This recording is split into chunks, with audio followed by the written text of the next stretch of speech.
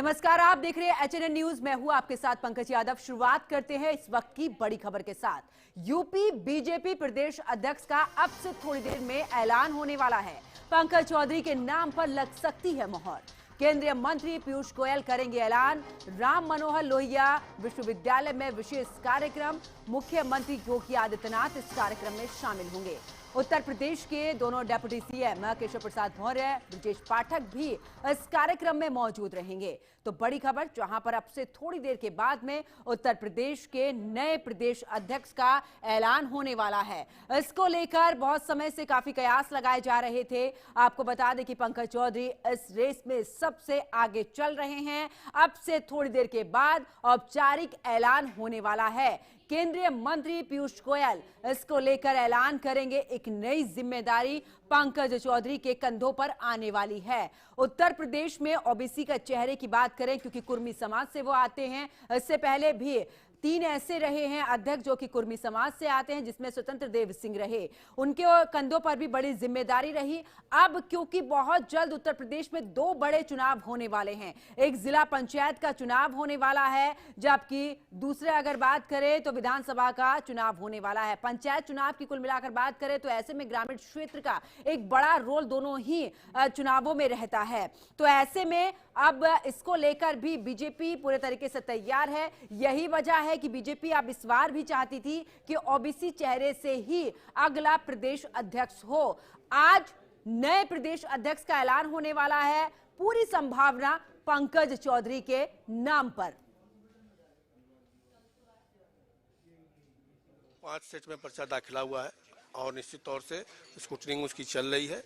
पीयूष जी केंद्रीय पर्यवेक्षक के रूप में आए हैं। कल उसकी विधिवत घोषणा करेंगे, उसके बाद मैं आपको सारा कुछ बताऊंगा। निश्चित तौर से पार्टी के समय समय पर दायित्व हमारा बदला है। उस दायित्व को हमने ठीक ढंग से निभाने का प्रयास किया। देखो, ये पार्टी का निर्णय होता है। पार्टी के जब समय उचित समय होता है तो निर्णय लेती है और निर्णय ले रही है।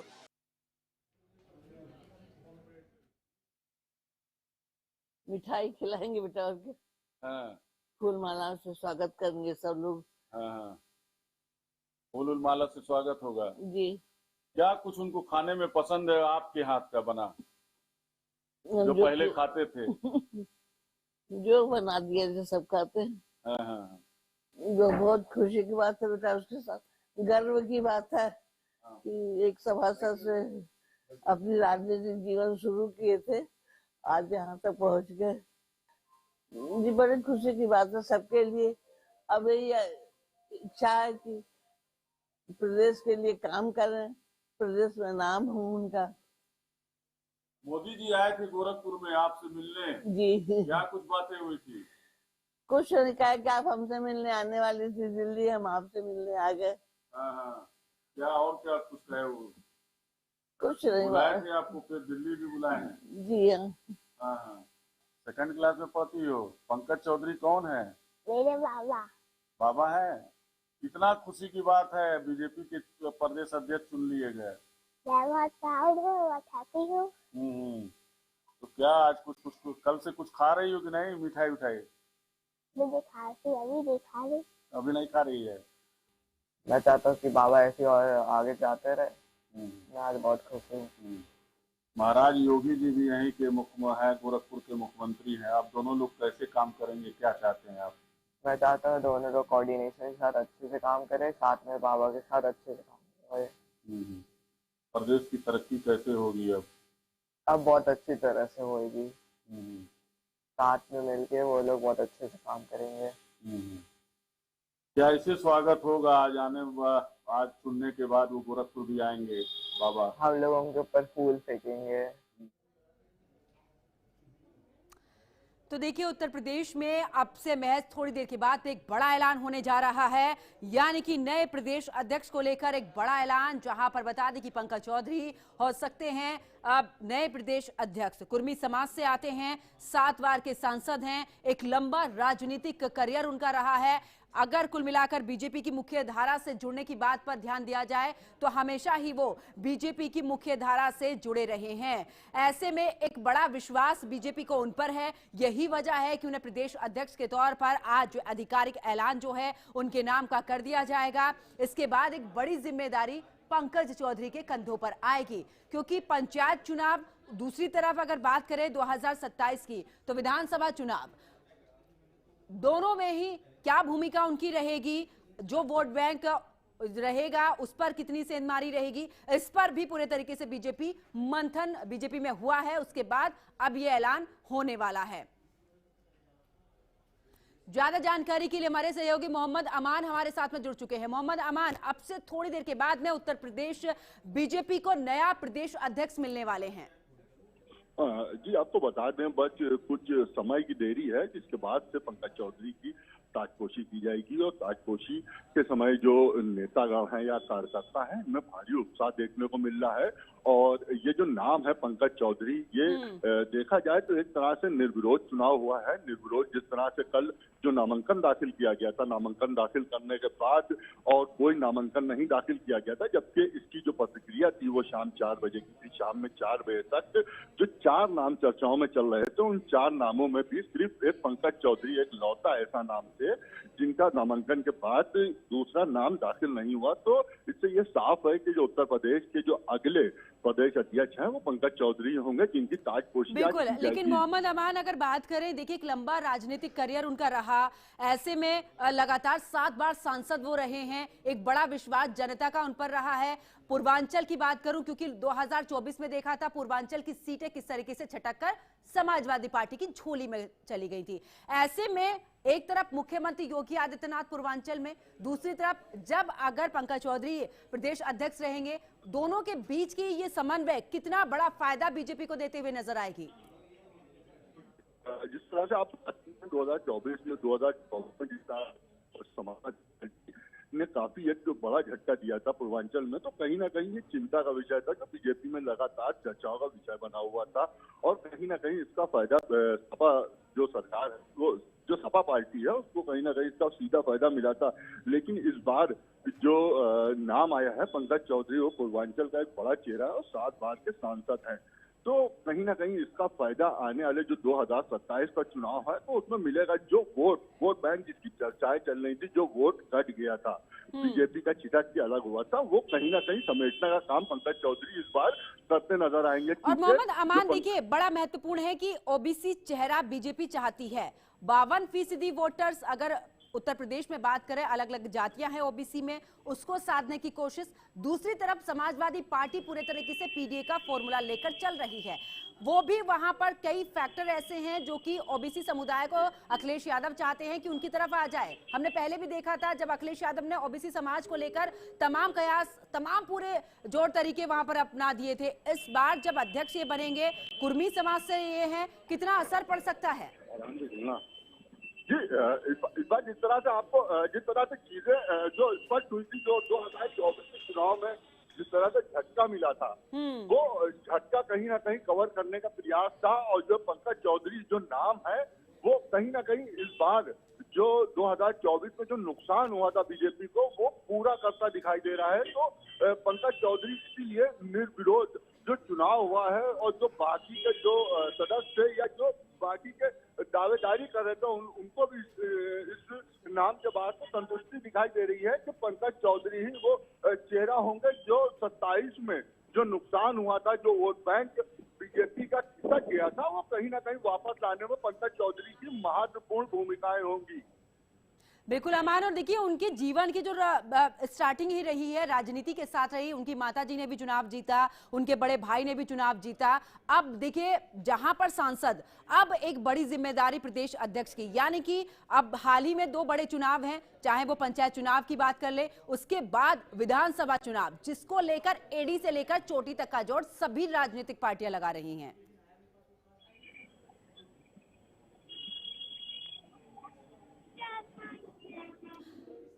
बहुत बहुत शुक्रिया अमान हमारे साथ जुड़ने के लिए। तो देखिए अब से महज कुछ ही समय बचा है जब प्रदेश अध्यक्ष का ऐलान हो जाएगा। एक बड़ी जिम्मेदारी पंकज चौधरी के कंधों पर आने वाली है। खबरों में आगे बात करते हैं अमेठी की। अमेठी में निर्माणाधीन अंत्येष्टि स्थल पर यहां पर केयरटेकर की निर्मम हत्या की वजह से इस इलाके में हड़कंप मच गया। आपको यह भी बता दें कि मृतक युवक के सिर पर ठोस चीज से हमला कर उसकी हत्या कर दी गई। शव को करीब 50 मीटर तक खींचकर सड़क किनारे फेंक दिया गया। वहीं पुलिस ने अब इस पूरे मामले में 2 आरोपियों को गिरफ्तार कर मामले की जांच शुरू कर दी है। तो अमेठी का ये पूरा मामला, जहां पर युवक की हत्या की गई, केयरटेकर की मौत की वजह से हड़कंप मचा है। 2 आरोपियों को फिलहाल गिरफ्तार कर लिया गया।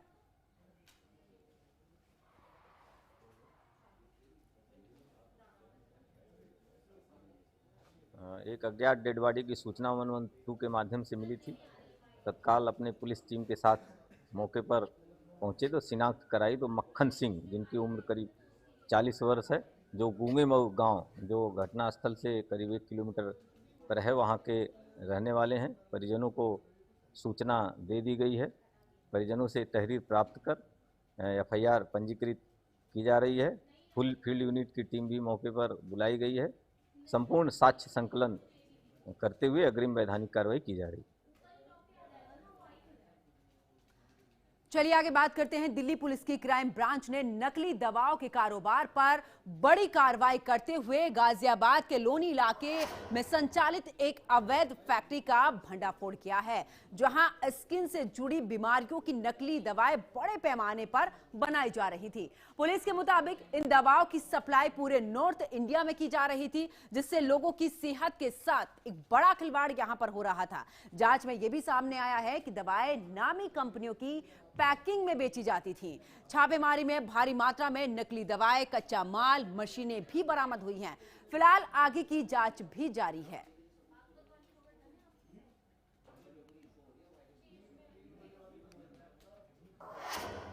अब आगे बात बहराइच की कर लेते हैं। बहराइच के नानपारा में पुलिस ने नेपाल की तरफ से बाइक चोरी कर जा रहे आरोपियों को मुठभेड़ कर गिरफ्तार कर लिया है। आपको बता दें कि मुठभेड़ में एक आरोपी गंभीर रूप से घायल हो गया है, जबकि दूसरा मौके का फायदा उठाकर फरार हो गया है। वहीं पुलिस ने आरोपी के पास से मोटरसाइकिल, तमंचा, कारतूस बरामद किए हैं। इसके अलावा जांच भी शुरू कर दी है।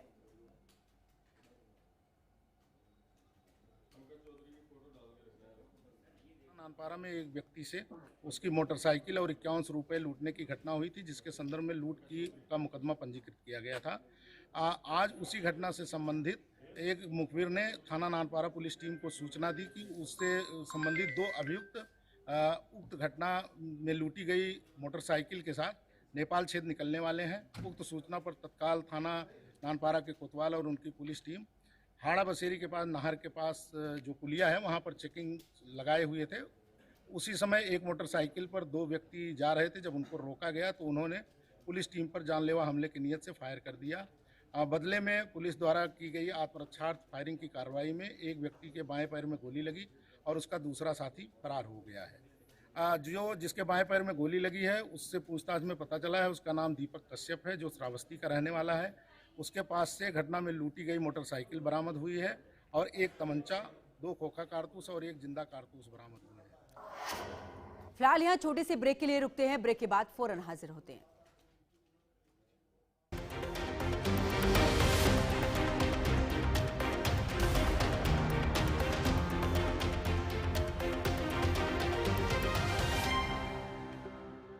सब कुछ आजमाया और तब मैंने माना कि सिर्फ सच्ची सहेली ही है महिलाओं के उन मुश्किल दिनों की हर समस्या, जैसे कठिन दर्द, अनियमितता, खून की कमी, थकान व कमजोरी जैसी सभी प्रॉब्लम्स के लिए नंबर 1 औषधि एवं टॉनिक।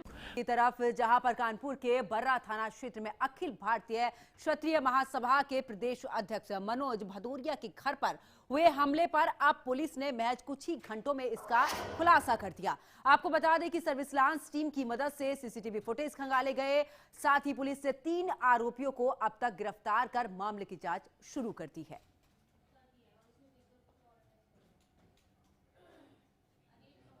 कल जो बम चलाया, क्यों चलाया?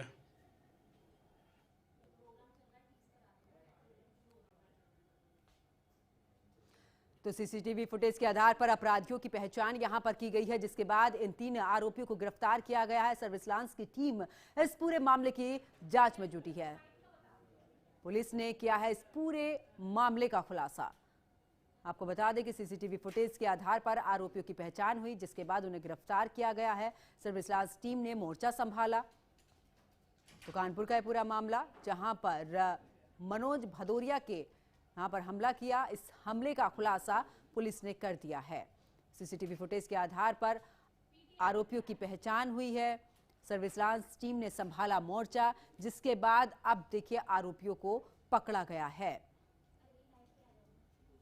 तो कानपुर का ये पूरा मामला, जहां पर हमला और इस हमले को लेकर अब आखिरकार पूरे तरीके से यहां पर इस पूरे मामले का खुलासा हुआ है। सर्विलांस टीम ने मोर्चा संभाला, जिसके बाद सीसीटीवी फुटेज खंगाले गए। इसको लेकर अपराधियों की पहचान की गई, जिसके बाद इनकी गिरफ्तारी हुई है। तो कानपुर का मामला।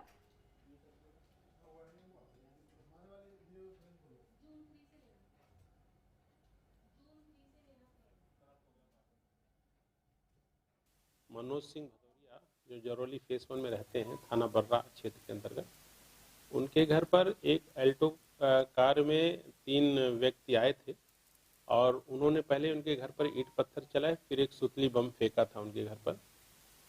इसकी सूचना थाना बर्रा को प्राप्त हुई थी। थाना बर्रा से इंस्पेक्टर बर्रा एवं अन्य सभी अधिकारियों द्वारा घटनास्थल का निरीक्षण किया गया था।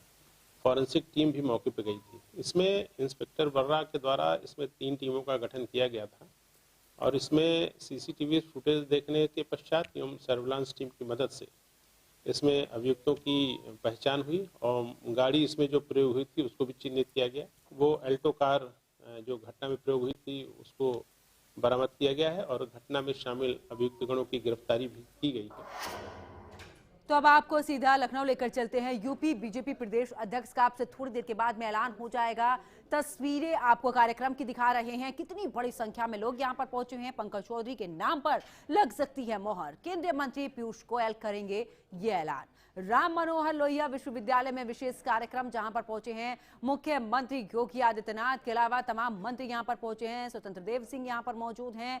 इसके अलावा कई दिग्गज यहां पर मौजूद है और अब से थोड़ी देर के बाद ऐलान हो जाएगा बीजेपी के प्रदेश अध्यक्ष का। दोनों डिप्टी सीएम यहां पर मौजूद हैं। इसके अलावा आपको ये भी बता दें कि मुख्यमंत्री योगी आदित्यनाथ मौजूद हैं। केंद्रीय मंत्री पीयूष गोयल यहां पर हैं, इस कार्यक्रम में शिरकत करने के लिए पहुंचे हैं। अब से थोड़ी देर के बाद में बीजेपी के प्रदेश अध्यक्ष का ऐलान होगा। एक लंबा राजनीति की बात करें तो 7 बार के सांसद रहे हैं पंकज चौधरी।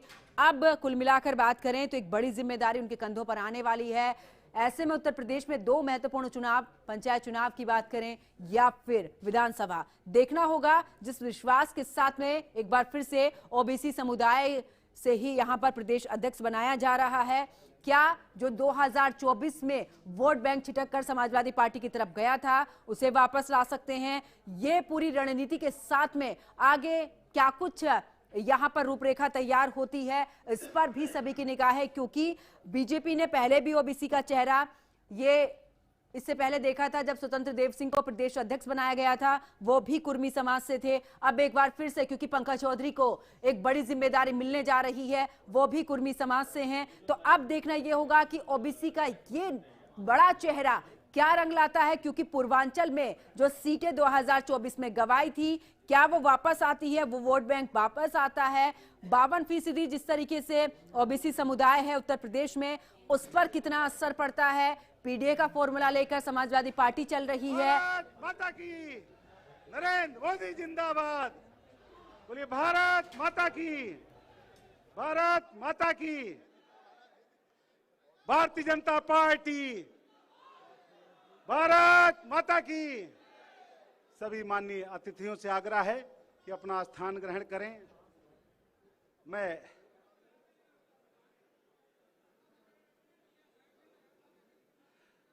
इस अवसर पर मैं आग्रह करूंगा आदरणीय शिवभूषण सिंह जी से, माननीय पीयूष गोयल जी जो हमारे प्रदेश अध्यक्ष चुनाव के केंद्रीय चुनाव अधिकारी हैं, केंद्रीय मंत्री हैं, उनका बुके पटका दे करके स्वागत करेंगे। इसी क्रम में मीना चौबे जी से आग्रह करूंगा कि आदरणीय मुख्यमंत्री जी को बुके और पटका दे करके उनका स्वागत करेंगे। माननीय पीयूष जी का स्वागत, पीयूष जी का आज चुनाव अधिकारी के नाते माननीय पीयूष जी का स्वागत हो रहा है। बोलिए भारत माता की। माननीय मुख्यमंत्री जी का स्वागत करेंगे।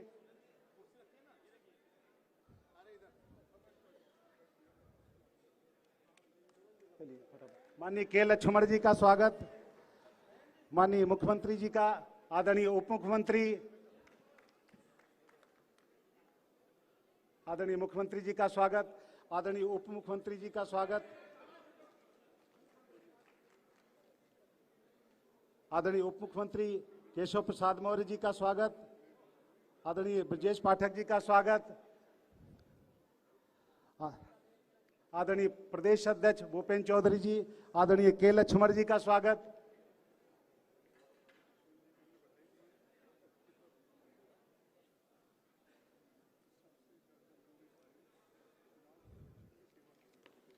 आदरणीय महेंद्र धर्मपाल जी का, माननीय राधा मोहन जी का, आदरणीय अरुण सिंह जी का, आदरणीय लक्ष्मीकांत वाजपेयी जी का,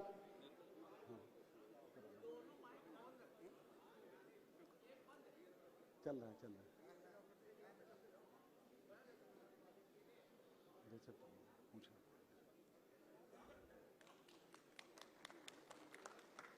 माननीय लक्ष्मीकांत वाजपेयी जी, माननीय राधा मोहन दास अग्रवाल जी, माननीय अरुण सिंह जी का, एक क्रम से करते चलो, सभी का जल्दी देते जाओ फटाफट। आदरणीय तारिक मंसूर जी का, माननीय रेखा वर्मा जी का, देते जाइए, स्वागत करिए, फटाफट करिए, जल्दी करिए।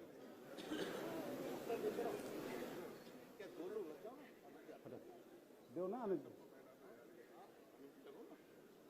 माननीय शाही जी का, डॉक्टर रमापत राम त्रिपाठी जी का, माननीय स्वतंत्र देव सिंह जी का, आदरणीय सुरेंद्र नागर जी का, तारिक मंसूर जी का स्वागत, तारिक मंसूर जी का, सब जो मेरे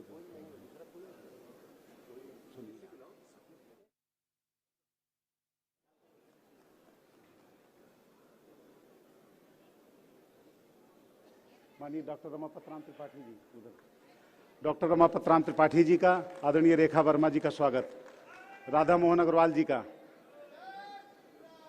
उधर लास्ट में जाइए, पीछे से।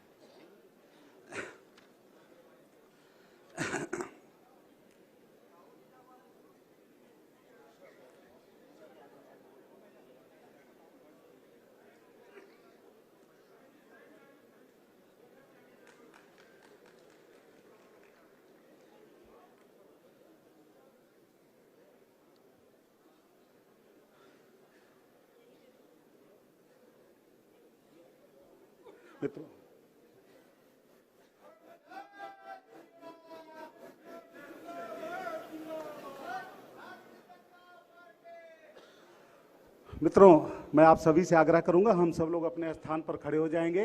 वंदे मातरम के गीत के लिए सभी अपने स्थान पर खड़े होंगे। तो मेरे साथ खबरों में फिलहाल इतना ही। आप देखते रहिए HNN न्यूज। नमस्कार।